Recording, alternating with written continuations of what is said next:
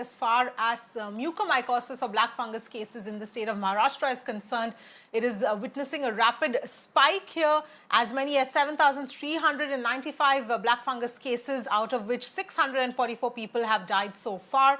The maximum number of black fungus cases have been reported in 4 districts. This includes Pune, Nagpur, Nashik and Kolhapur. Remember, the state government has recently put a cap on treatment of black fungus cases. Let me go across to Mayuresh for more details. Mayuresh, Maharashtra has been the worst hit as far as black fungus cases are concerned.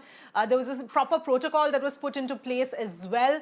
What can you tell us about perhaps the reason why it's seeing such a rapid rise in Maharashtra?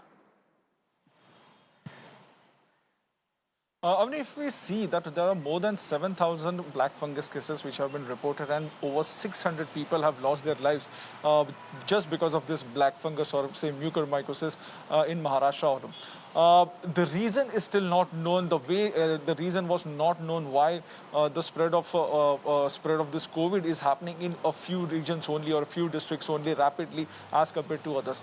But what Maharashtra government has done, they have capped the treatment prices for mucormycosis.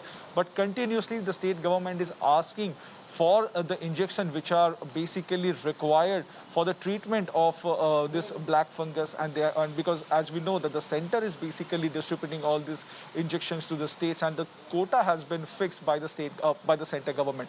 But as in every meeting we have seen that the state government is continuously asking to increase the quota for the state, because in Maharashtra, as we said, more than 7,000 cases are there and more than 600 people have lost their life due to the mucormycosis, which we also call the black fungus.